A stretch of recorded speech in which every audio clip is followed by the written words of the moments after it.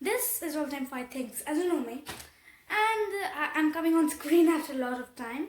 So, my last video where I did World War II in a music was very good. Everyone liked it, but there was one question. Can I do a video that says World War II, how that World War II impacted my country, India? I'm not sure if it's your country is India or not, but I live in India. So if you need to do it for other countries like I'm talking about the colonial countries, okay? Not like how World War II changed Britain or France. It should be any colonial country that was ruled by colonial power. So, first part is arguable that British were having a huge military, but at the end of the Second World War, they were destroyed.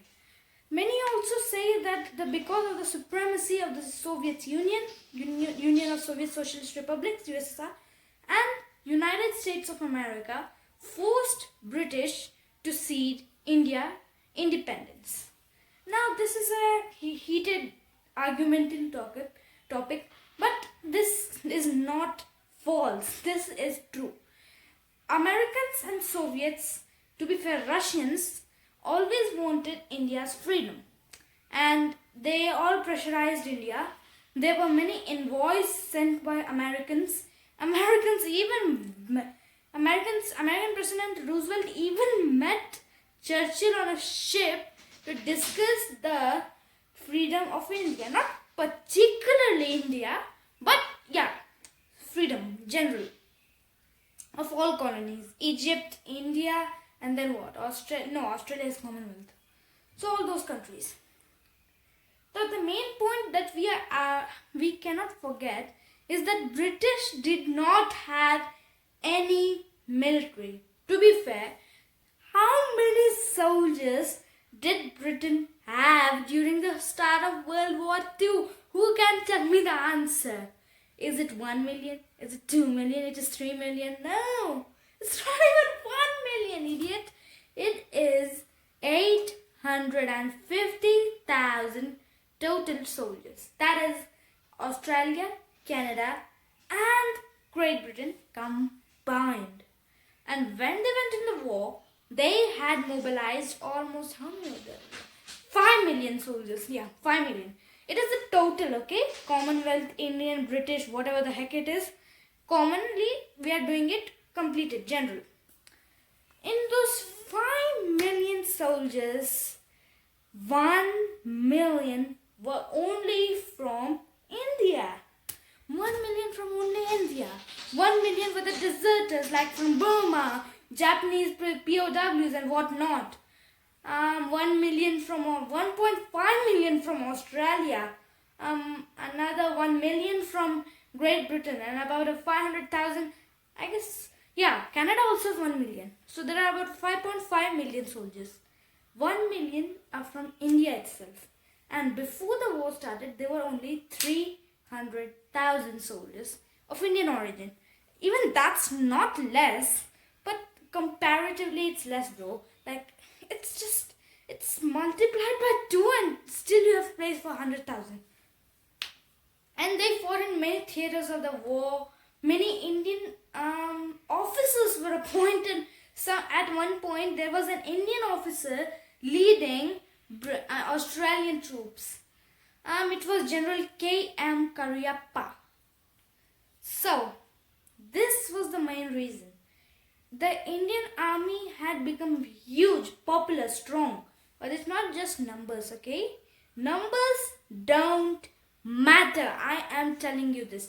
Numbers don't matter. German 3 million soldiers crushed Soviet 10 million soldiers in 5 months because of this, not this. So always remember, a battle is fought with mind, not strength.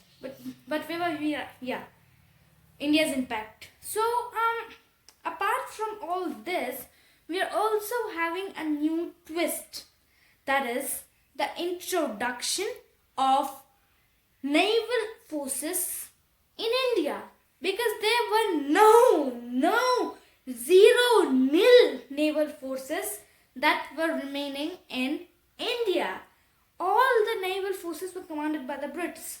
But now, with the war, many Indian shipyards were opened, and apart from that, many Indian ships were opened. Royal, yeah, Heart-made Indian ship HMIS Talwar. HMIS Talwar was the first ship manufactured in India under Indian crew, but not on Indian captains. But who cares about the captain? You can kill the captain in any time. I mean, like, I know numbers are not important, but 1 against 100 does not make any sense. So it can be arguable that Indians were given a huge naval power, and apart from that was the Indian Air Force. In World War I, there was no Indian Air Force. Now there was a huge Indian Air Force as well. So right now, India got to step into both the militaries, also in the army, and apart from that, they got to command tanks, platoons, even Australian soldiers, as happened with General K.M. Kariappa. And then what? That's it. And at that time there was no Space Force, though we cannot argue that. But there was one point. The Gorkhas.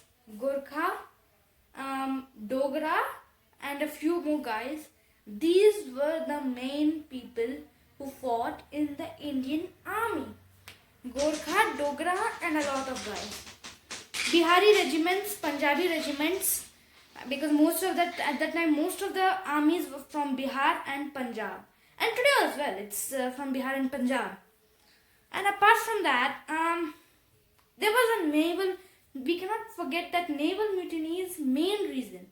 What is the naval mutiny of 1946 main reason? It was Indian National Army. It was the first time Indians invaded Indians. It's a little confusing.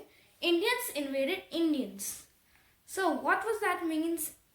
INA under Subhash Chandra Bose had a very good force under them. And now as they had attacked, they had many people prisoners. As you know, every war they were prisoners. So most of them were sentenced to years in prison. But however, the naval mutiny was in order to make sure the British government releases those guys. And effectively, if there was no war, there were no Japanese, no helping the Indian National Army, Subhash Chandra Bose dying at a young age, and what not happening. Similarly, if there was no World War II, there will be no Indian Navy, no Indian Air Force. It would be, but it would be very late, like 1945, I guess. Yeah, 1945, even later, I guess. And apart from that, there would be no more destruction of Britain. Another reason is the the resignation of Prime Minister Winston Churchill. You see, Winston Churchill was the main man behind the British not giving India independence. This was because he was not in mood to give anybody independence.